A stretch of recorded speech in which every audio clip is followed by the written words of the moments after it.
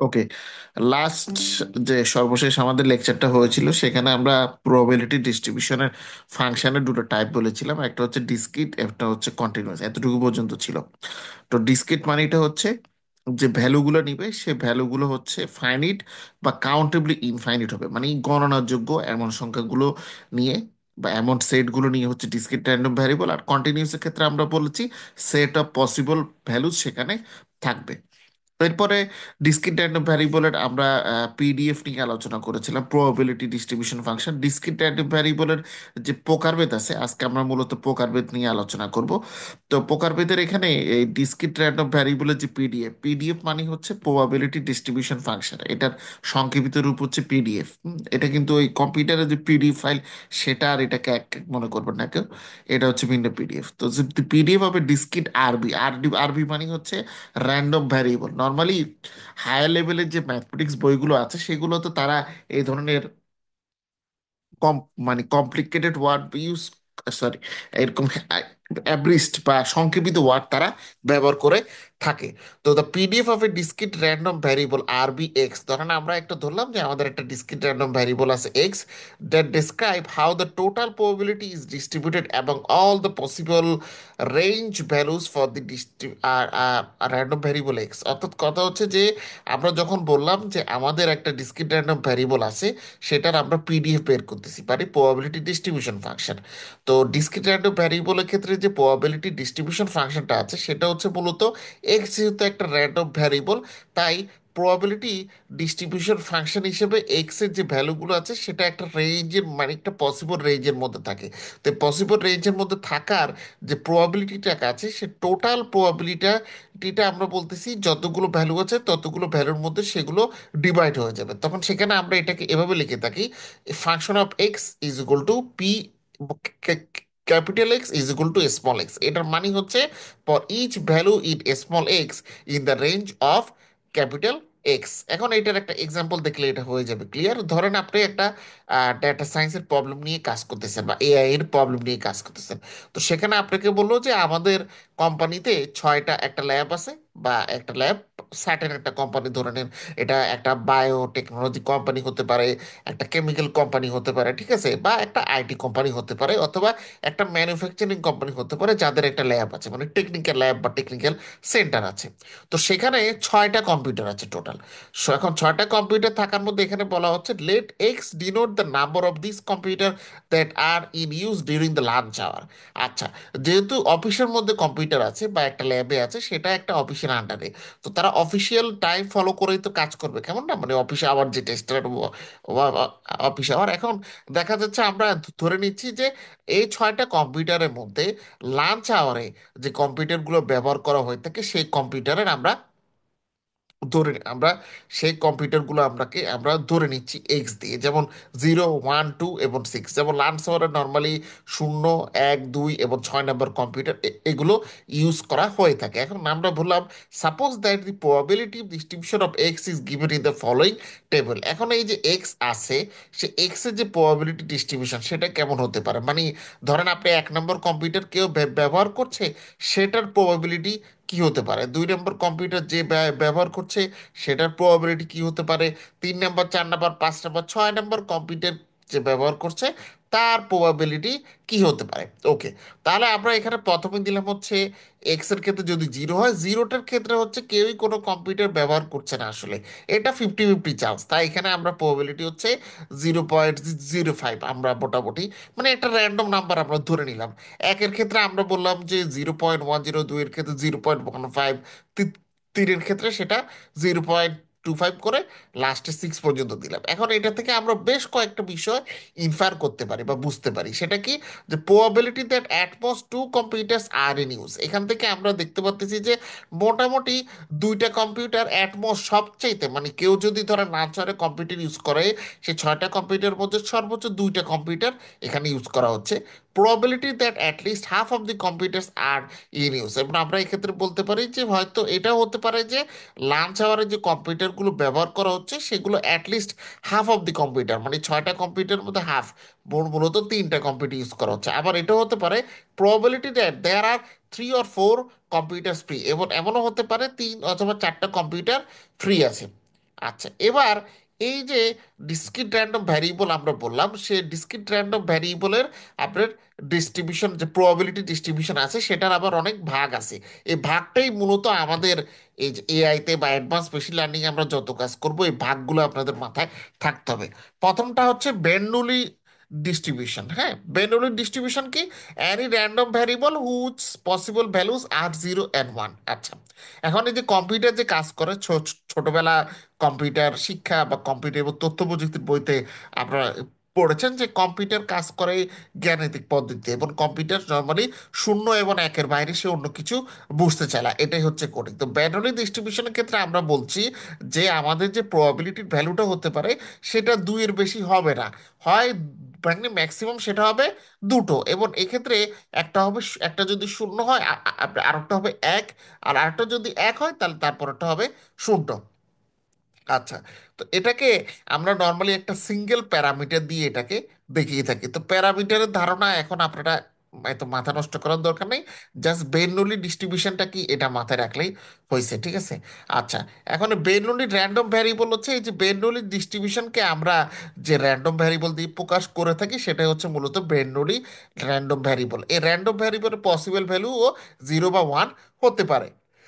তাহলে এটার এক্সাম্পল কি হতে পারে? এটার এক্সাম্পল হতে পারে আপনার এটার এক্সাম্পল হতে পারে এরকম যে, ধরেন আপনারা যখন কোনো সার্ভের ফর্ম ফিল আপ করেন, হ্যাঁ, বা যে কোনো তথ্য ফিল আপ করার বা মেল লেখেন, মানে এখন তো আসলে জেন্ডারের অনেক ক্লাসিফিকেশন বের হয়েছে। আপনারা এখন যারা জিমেল অ্যাকাউন্ট ওপেন করতে যাবেন দেখবেন যে জিমেলের ওখানে ওরা মানে তিন ধরনের ক্লাসিফিকেশন ওরা তারা শো করে, মেল, ফিমেল, আদার্স, হ্যাঁ, বা কাস্টমাইজ, এরকম তারা করে পিটু।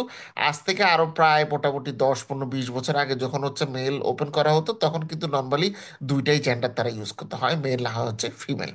তো এটা হচ্ছে মানে ক্লাসিক একটা এক্সাম্পল, 0 এবং 1। আবার আপনারা যখন কোনো পরীক্ষা দেন, তো পরীক্ষাতে কিন্তু সম্ভাবনা থাকে দুটো, হয় পাস না হয় ফেল, ঠিক আছে? তো এটাও কিন্তু বেনুলি ডিস্ট্রিবিউশনের মধ্যে পড়ে। আর একটা ডিস্ট্রিবিউশন হচ্ছে জিওমেট্রিক ডিস্ট্রিবিউশন। অর্থাৎ জিওমেট্রিক ডিস্ট্রিবিউশনটা কিরকম, এটার একটা এক্সাম্পল এখানে দেওয়া আছে, হেলথ কেয়ারের এক্সাম্পল। দেখেন, a patient is waiting for a suitable matching kidney donor for a transplant. ধরেন একজন মানুষ তার কিডনি সে আহ, মানে ট্রান্সপ্লান্ট করার জন্য সে ডোনার খোঁজ করতেছে যে ম্যাচ করবে। The probability that a randomly selected donor is a suitable match is 0.1%। এবং প্রবাবিলিটি যে ক্ষেত্রে মোটামুটি randomly selected donor suitable match হবে সেটা 0.1%।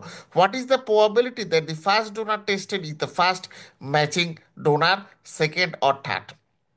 তাহলে এই ক্ষেত্রে যে ডোনারটাকে আমি সিলেক্ট করব তার সাথে আপনার যে ম্যাচিং করার যে বিষয়টা, সেটার প্রবাবিলিটি কতটুকু আসতে পারে। তো এখানে এই জিনিসটার ক্ষেত্রে আমরা দিয়েছি যে এখানে আমরা নর্মালি যে প্যারামিটার ইউজ করে থাকি, এই প্যারামিটারটা হচ্ছে মূলত পাই, এবং পাই যে কোনো ভ্যালু সে গ্রহণ করতে পারে 0 থেকে 1-এর মধ্যে। হ্যাঁ, এখন depending on what parameters pi is we can get different members of the geometric distribution. আচ্ছা, ওকে, তারপর হচ্ছে বাইনোমিয়াল ডিস্ট্রিবিউশন। বাইনোমিয়াল ডিস্ট্রিবিউশন হচ্ছে মূলত এটা সাকসেস নিয়ে কথা বলে। মানে বাইনোমিয়াল ডিস্ট্রিবিউশনের ক্ষেত্রে আমরা বলে থাকি যে বাইনোমিয়াল র্যান্ডম ভ্যারিয়েবল হচ্ছে এমন এক ধরনের ভ্যারিয়েবল যেটা যখন আমরা কোনো ট্রায়াল করি, সে ট্রায়ালের মধ্যে যে টোটাল নাম্বার, মোট যে সাকসেস আছে, সে সাকসেস বা সফলতার কথাই সে বলে থাকে। এটা হচ্ছে বাইনোমিয়াল ডিস্ট্রিবিউশন। যেমন আমরা যদি বলি যে আমাদের এক্স একটা র্যান্ডম ভ্যারিয়েবল আছে, যেটা হচ্ছে একটা বাইনোমিয়াল র্যান্ডম ভ্যারিয়েবল, তাহলে এক্স হচ্ছে এখানে total number of successes. Each trial must be independent of the previous experiment. আচ্ছা, সেটা হচ্ছে পূর্বে যে এক্সপেরিমেন্ট হয়েছে তার সাথে বর্তমানে যে ট্রায়ালটা হচ্ছে এটার কোনো সম্পর্ক থাকবে না। The probability of success must be same for each trial. প্রতিটা ট্রায়ালের ক্ষেত্রে যে প্রবাবিলিটি সেটা কিন্তু এক্ষেত্রে সেম থাকবে। তো বাইনোমিয়াল ডিস্ট্রিবিউশনের একটা এক্সাম্পল আমরা দিতে পারি এরকম যে, আমরা যখন কোনো কয়েন টস করে থাকি, অথবা যখন আমরা লুডো খেলার সময় হচ্ছে গুটি চাল দিয়ে থাকি, যে লুডো খেলার সময় যখন আপনি চাল দেন তখন 1 থেকে 6-এর মধ্যে যে কোনো সংখ্যা পড়তে পারে। তো সেক্ষেত্রে সফলতা আমরা কাকে বলবো? যদি আমাদের 6 উঠে প্রথম চালে, তখন সেটাকে আমরা বলবো success. So success is defined as rolling a 1 or a 6, ঠিক আছে? আচ্ছা, তারপরে হচ্ছে বায়নোমিয়াল ডিস্ট্রিবিউশনের পরে নেগেটিভ বায়নোমিয়াল ডিস্ট্রিবিউশন। আচ্ছা, নেগেটিভ বায়নোমিয়াল ডিস্ট্রিবিউশনের ক্ষেত্রে যেটা হচ্ছে যে এক্ষেত্রে আমরা বলে আমরা একটু আগে বললাম যে বায়নোমিয়াল ডিস্ট্রিবিউশনে শুধু আমরা সাকসেস গুলো দেখে থাকি, কিন্তু এমন যদি হয় যে আমরা বায়নোমিয়াল ডিস্ট্রিবিউশনের টোটাল সাকসেস না দেখে যে টোটাল ফেলিউর সেটাকে আমরা দেখতে দেখতে চাচ্ছি, তখন এ ধরনের বায়নোমিয়াল ডিস্ট্রিবিউশনকে আমরা বলতেছি নেগেটিভ বায়নোমিয়াল ডিস্ট্রিবিউশন। ঠিক আছে, যেমন এক্ষেত্রে আমরা ওই গুটি চালের কথাই বলতে পারি। আমরা যদি বলি যে আমরা সাকসেসের ক্ষেত্রে দেখেছি যে প্রথম চালে আমাদের 6 আসে কিনা, সেটা হচ্ছে আমাদের সাকসেস। এখন প্রথম চালে আমাদের 3 আসে কিনা, তাহলে সেটা কিন্তু সাকসেস না, সেটা হচ্ছে আমাদের কি, ফেলিউর। তো টোটাল ফেলিউরের সংখ্যা বের করার জন্য আমরা নর্মালি এই নেগেটিভ বায়নোমিয়াল ডিস্ট্রিবিউশন আমরা ইউজ করে থাকি। তারপর হচ্ছে পয়সন প্রবাবিলিটি ডিস্ট্রিবিউশন। পয়সন ক্ষেত্রে হচ্ছে poison random variable describe the total number of events that happened in a certain time period. আচ্ছা, আচ্ছা, পয়সন ডিস্ট্রিবিউশনটা নর্মালি আমরা পয়সন যে র্যান্ডম ভ্যারিয়েবলের মাধ্যমে প্রকাশ করে থাকি, সেটার নাম হচ্ছে পয়সন আরবি কিংবা পয়সন র্যান্ডম ভ্যারিয়েবল। এটা নর্মালি প্রেসক্রাইব করে থাকে total number of events that happen in a certain time period. একটা নির্ধারিত সময়ের ভিতরে যে মোট ঘটনাগুলো ঘটবে বা ঘটে থাকে, সেটাকে নর্মালি এর মাধ্যমে প্রকাশ করা হয়। যেমন আমরা বলতে পারি যে এক সপ্তাহে আপনাদের বাসায় কতজন মেম্বার এসেছিল, এটা একটা পয়সন ডিস্ট্রিবিউশন। অথবা এক সপ্তাহের মধ্যে আপনি কতবার বিশ্ববিদ্যালয়ে গিয়েছিলেন বা ঢাকার নিউ মার্কেটে আপনি গিয়েছিলেন, ঠিক আছে। হ্যাঁ, আবার number of vehicles and for, এখন এটার কিছু এক্সাম্পল এরা এখানে দিয়েছে। আমরা যদি দেখি যে number of vehicles arriving at a parking lot in 1 week. ধরেন আপনারা একটা অ্যাপার্টমেন্ট কমপ্লেক্সে থাকেন, তো সে অ্যাপার্টমেন্ট কমপ্লেক্সে যে পার্কিং স্পেসটা আছে সেখানে এক সপ্তাহে কতগুলো ভেহিকেল আসছে, ঠিক আছে, সেটা সংখ্যা একটা পয়সন ডিস্ট্রিবিউশন হতে পারে। আবার the number of gamma rays hitting at satellite per hour. স্যাটেলাইটকে যে গামা রেসগুলো স্যাটেলাইটকে প্রতি ঘন্টায় হচ্ছে হিট করে থাকে, তাদের সংখ্যাটাও কিন্তু একটা পয়সন ডিস্ট্রিবিউশন। আবার দেখেন যে number of cookies chips in a length of cookie. ঠিক আছে, তো অনেক এক্সাম্পল পয়সন ডিস্ট্রিবিউশনও হতে পারে। Poisson distribution, Poisson random variable describe the total number of events that happen in a certain time period. এখন এটা এরকম হতে পারে, ধরেন আপনি একটা কারখানা দেখে নেন বা আপনি একটা কোম্পানি রান করলেন, ঠিক আছে, বা একটা একটা কোম্পানি আপনার কাছে আসলে বললো যে আমরা 1 ঘন্টায় যদি কাজ করি তাহলে 1 ঘন্টায় আমার কোম্পানিতে 200 জুতো তৈরি হয় বা 100টা কম্পিউটার তৈরি করা হয়। তাহলে এটাও কিন্তু এক ধরনের পয়সন ডিস্ট্রিবিউশনের এক্সাম্পল। তো পয়সা প্রবাবিলিটি ডিস্ট্রিবিউশনের ক্ষেত্রে আমরা বলে থাকি যে আর random variable X is said to have a Poisson distribution with a parameter, এটাকে বলা হয় হচ্ছে lambda. If the PDF of X P capital X equal to X lambda to the power X E exponential minus lambda divided by X. Okay, তো এই ফর্মুলাগুলো আপনাদের আসলে কষ্ট করে মনে রাখতে হবে না, এগুলোর জন্য সমস্যা নাই। আচ্ছা, তারপর হচ্ছে আমাদের cumulative distribution function. Cumulative distribution ফাংশনটা হচ্ছে একটা হচ্ছে পিডিএফ, যেটা হচ্ছে প্রবাবিলিটি ডিস্ট্রিবিউশন ফাংশন, আর একটা আছে কিউমুলেটিভ ডিস্ট্রিবিউশন ফাংশন, আমরা যেটাকে বলে থাকি সিডিএফ।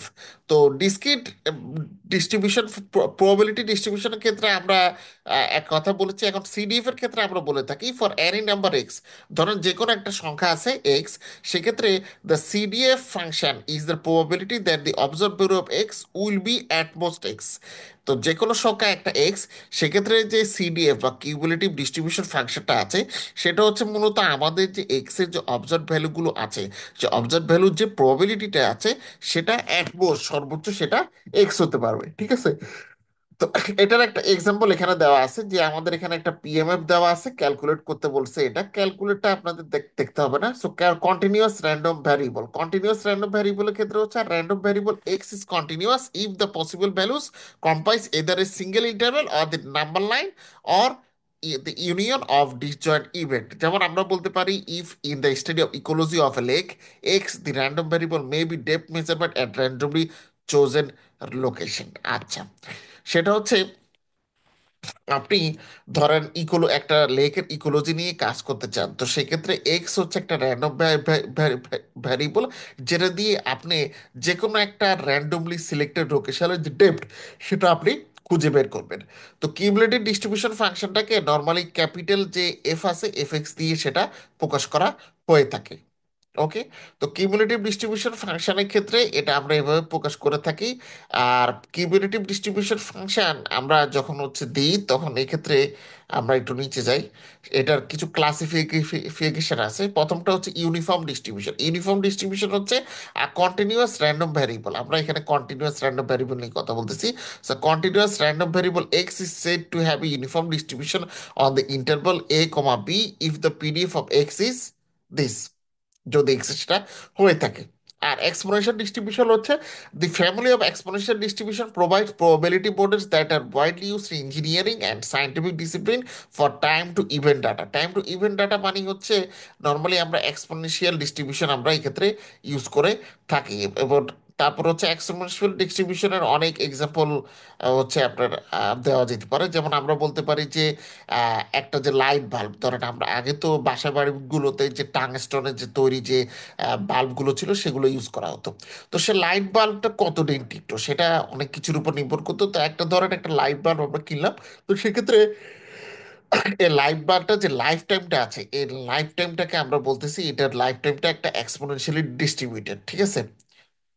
এবং এটা যে প্যারামিটারটা থাকে সেই প্যারামিটারটাকে আমরা বলে থাকি ল্যামডা। সো এক্সপোনেনশিয়াল ডিস্ট্রিবিউশনের ক্ষেত্রে suppose light bulbs life time is exponentially distributed with parameter lambda, now we say that the light bulb on and then leave, then come back after t. What is the probability that the bulb will last for at least additional t hours?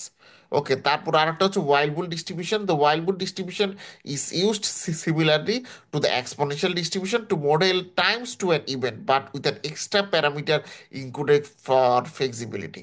আচ্ছা, একটা exponential distribution আমরা কখন use করে থাকি? যখন আমরা কোনো কিছুকে মডেল করতে চাই টাইমস টু ইভেন্টের ক্ষেত্রে। এখন টাইমস টু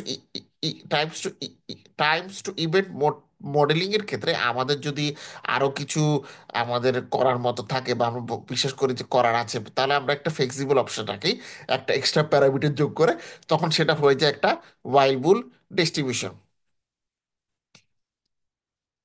তারপর হচ্ছে বেটা ডিস্ট্রিবিউশন। বেটা ডিস্ট্রিবিউশন নর্মালি হচ্ছে পজিটিভ ডেন্সিটি ভ্যালু সে ইউজ করে থাকে। এবং দ্য বেটা ডিস্ট্রিবিউশন নর্মালি আমরা ইউজ করে থাকি তো model variation in the proportion of percentage of A quantity ওখানে ইন ডিফারেন্ট স্যাম্পলস।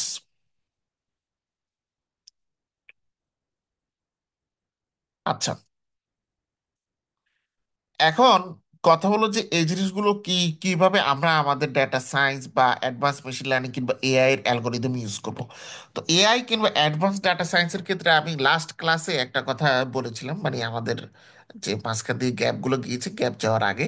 তো তখন আমি একটা কথা বলেছিলাম, আপনাদের খেয়াল আছে কিনা, যে আমরা যতগুলো অ্যালগোরিদম তৈরি করে থাকি অ্যাডভান্স মেশিন লার্নিং এ বা এআইতে, এই অ্যালগোরিদমগুলোর যে বেসিক বা ফান্ডামেন্টাল যে আমরা বলতে পারি যে বেস, হ্যাঁ বেসটা এই প্রবাবিলিটি থিওরির উপরে বেস করে সেগুলো হচ্ছে তৈরি।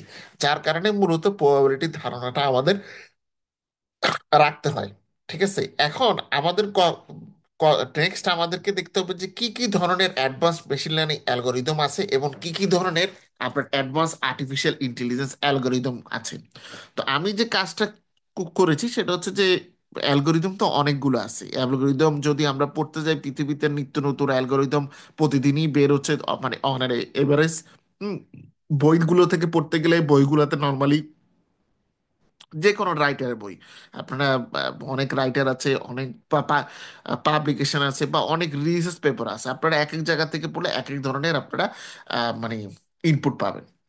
তো সেভাবে বলে একদম অ্যাকুরেটলি এতগুলো অ্যালগোরিদম আছে এগুলো শিখলে আপনার কাজ হয়ে যাবে সেটা আমি বলবো না। বাট আমি বেশ কিছু অ্যালগোরিদমের বেসিক ফান্ডামেন্টালস, মানে একেবারে সিম্পল ভাষায় ওই অ্যালগোরিদমটা কি, এটার কোন সিচুয়েশনের ক্ষেত্রে ইউজ করা হয়, ঠিক আছে, এই আহ, এটার কি ধরনের সুবিধা আছে, ঠিক আছে, বা এটা কেন আমরা ব্যবহার করে থাকি বা এটার সিগনিফিকেন্সটা কি, এটার তাৎপর্যটা কি, এই ধরনের এই তিনটা মূল পয়েন্টকে সামনে রেখে আমি মূলত একটা আহ, ছোটখাটো ধরনের শীট তৈরি করেছি, যেটা আশা করি আপনাদেরকে আমি আগামীকালকে ক্লাস, আমাদের যে ক্লাসটা আছে সেখানে আমরা আশা করি আলোচনা করতে পারবো। ঠিক আছে, মানে আগামীকালকে কিন্তু আমাদের ক্লাস ছিল না, আমাদের ক্লাস কিন্তু শুক্রবার এবং শনিবার। তো ওই যে আমি গত সপ্তাহ তো আমার শ্বশুর মারা গেল, গত 2 সপ্তাহ আগে, তার আগে হচ্ছে আপনার তার আগের 1 সপ্তাহ আগে হচ্ছে আমার বোনের হাজবেন্ড মারা গেল, যার কারণে এগুলো নিয়ে আমি আসলে খুবই মানসিকভাবে অনেকটাই আহ অসুস্থ অবস্থায় আছি এই জিনিসগুলো নিয়ে। যাই হোক, তো এখন তারপরে আমি শিফটের মোটামুটি আমার কাজ শেষ, আশা করতেছি যে আগামীকালকে আপনাদের ক্লাস আমি নেওয়ার চেষ্টা করবো। আর যদি আগামীকালকে না নিই তাহলে নেক্সট উইকে আমি নিবো, বাট আপনারা শিটগুলো পেয়ে যাবেন, ঠিক আছে? আর শিটটা পেয়ে যাবেন একটা শিটের মধ্যেই, যেখানে অ্যাডভান্স মেশিন লার্নিং এবং এআই অ্যালগোরিদম আমি একসাথেই দিয়েছি। একসাথে দেওয়াটার মূল কারণ কি? কারণ মেশিন লার্নিং এর ক্ষেত্রে আজকাল আমি লাস্ট ক্লাসে এটাও বলেছিলাম যে মেশিন লার্নিং এ আজকাল বেশ কিছু কোম্পানি তারা আর্টিফিশিয়াল নিউরাল নেটওয়ার্ক, যেটা হচ্ছে এএনএন বা কনভলিউশনাল নিউরাল নেটওয়ার্ক সিএনএন, এই জিনিসগুলো তারা ইউজ করতেছে।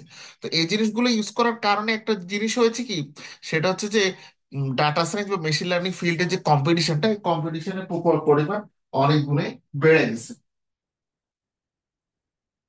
একটা মিনিট, আমি একটু ফোনটা রিসিভ করে নিই।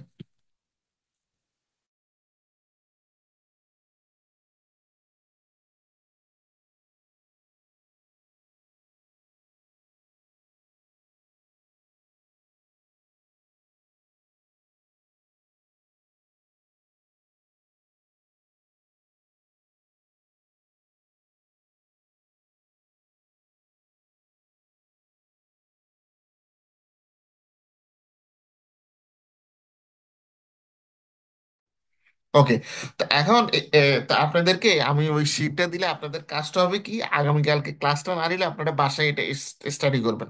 তো স্টাডি করে নেক্সট উইক থেকে আমরা আশা করতেছি যে ইনশাল্লাহ আপনার যে অ্যাডভান্স মেশিন লার্নিং এবং ডাটা সায়েন্স এআই এর অ্যালগোরিদম গুলোর বেসিক কনসেপ্ট গুলো আপনারা যদি বাসায় শিটটা কমপ্লিট করে ফেলেন, তাহলে আমরা সরাসরি প্রবলেমের দিকে হচ্ছে মুভ করব। তাহলে আমি আর ওই জিনিসটা ক্লাসে আলোচনা করব না, মানে আপনাদের বাড়তি একটা ক্লাস হচ্ছে বেঁচে যাবে। আপনারা বাসায় একটা সেলফ স্টাডি করে নেবেন আর কি, ঠিক আছে? শীটের ভাষাগুলো সহজই হবে, আশা করি বুঝতে পারবেন, সমস্যা হবে না। হ্যাঁ, বাট তারপরে যদি বোঝার কোনো সমস্যা থাকে সেটা আমরা পরে ক্লাসে আলোচনা করে আমরা হচ্ছে নিব, আমি সেটা আপনাদেরকে জানাবো। ওকে। আহ আহ না, আসলে আমি চাচ্ছি যে আপনাদের ক্লাসও দ্রুত শেষ করে দিতে, কারণ অনেকদিন সময় হয়ে গেছে, আমিও চাচ্ছি, কিন্তু ওই আমার তো আসলে একটা ব্যস্ততা আছেই, এবার পাশাপাশি মাঝখানে এই জিনিসটা হওয়ার কারণে আরো বুঝতেই পারতেছেন যে নভেম্বর 28 তারিখ একজন মারা গেল। আহ, তারপর আবার ডিসেম্বরের 12 তারিখ রাতে। তো এটা খুবই ইয়ে আর কি, আহ, মানে খুব টাফ সিচুয়েশনের মধ্যে দিয়ে যাওয়া লাগতেছে, যার কারণে আসলে সমস্যাটা হয়ে গেছে। আর ওকে, সমস্যা নাই, ঠিক আছে, তাহলে সবাই দোয়া করবেন। নেক্সট ক্লাসে দেখা হবে, আমি আপনাদেরকে মেল করব। নেক্সট ক্লাস আপনাদের হচ্ছে আগামী ওকে, একটু আমি শিডিউলটা দেখে নিই। নেক্সট ইয়ারের নেক্সট ক্লাস মনে হয় পড়তেছে, ঠিক আছে? আচ্ছা, নেক্সট ক্লাস আমাদের পড়তেছে তাহলে জানুয়ারি 3 তারিখে, ইনশাল্লাহ নেক্সট ইয়ারে। তাহলে সবাইকে হ্যাপি নিউ ইয়ারের শুভেচ্ছা থাকলো। এবং সবাই ভালোভাবে সুন্দরভাবে উম, নিরাপদে নতুন বছর সবার কাটুক, এটাই হচ্ছে কামনা। নেক্সট ক্লাসে আপনাদের সাথে ইনশাল্লাহ দেখা হবে জানুয়ারির 3 তারিখ। হ্যাঁ, এবং সময় আপনাদের এটাই, হ্যাঁ। আমি বৃহস্পতিবারে বা শুক্রবারে, এই যে আজকে যেহেতু যে সময়টাতে মেল করছি এই সময়ের মধ্যে আমি মেল করে দিব। আপনারা মেলটা চেক করে কষ্ট করে ক্লাসে চলে আসবেন। আর ইন দ্য মিন টাইম আগামীকাল বা পরশুর মধ্যে আমি আপনাদেরকে ওই যে যে advance machine learning algorithm plus a algorithm যে শিটটা সেটা আমি হচ্ছে পাঠিয়ে দিব, ঠিক আছে? তবে আর্টিফিশিয়াল নিউরাল নেটওয়ার্ক বুঝতে হলে আপনাদের নিউরন বা আমাদের যে ব্রেনের যে গঠনটা, এটা একটু বুঝতে হবে। তার মানে এখানে কিছু মেডিকেল সায়েন্সের বিষয় আছে, ঠিক আছে? তো এই জিনিসগুলো আমি শিটে ইনক্লুড করার চেষ্টা করছি, যদিও একেবারে 100% ইনক্লুড করা তো সম্ভব না, বাট যতটুকু পারছি সেটা আমি ইনক্লুড করার চেষ্টা করছি। কারণ ওই আর্টিফিশিয়াল নিউরাল নেটওয়ার্ক এটা যদি আপনাদেরকে এমনি বুঝায়, আপনারা এটা বুঝতে যতটা কঠিন হবে, বরং ব্রেন কিভাবে কাজ করে, একটা হিউম্যান ব্রেন, সেটা আলোচনা করে তারপর যদি আমরা এটা এটা আলোচনা করি আর্টিফিশিয়াল ইন্টেলিজেন্স, তাহলে আপনাদের বুঝতে সহজ হবে। কারণ আর্টিফিশিয়াল ইন্টেলিজেন্সের যত অ্যালগোরিদমই বলেন, সব অ্যালগোরিদম কিন্তু তৈরি করা হয়েছে মানুষের হিউম্যান কিভাবে কাজ করে সেটার উপরে বেস করে, এবং অ্যাডভান্স স্পেশাল অ্যালগোরিদম গুলো সেরকম যে হিউম্যান লার্নিং কি ধরনের লার্নিং পার্সেন্ট কি সেটার উপর বেস করে কিন্তু তৈরি করা। যার কারণে ওই ফান্ডামেন্টালস নলেজ না বুঝলে এই জিনিসগুলো বোঝাটা হচ্ছে টাফ। বুঝতে পারছেন? ওকে, তাহলে সবাই ভালো থাকবেন, সুস্থ থাকবেন। থ্যাংক ইউ সবাইকে। অগ্রিম happy new year. Thank you.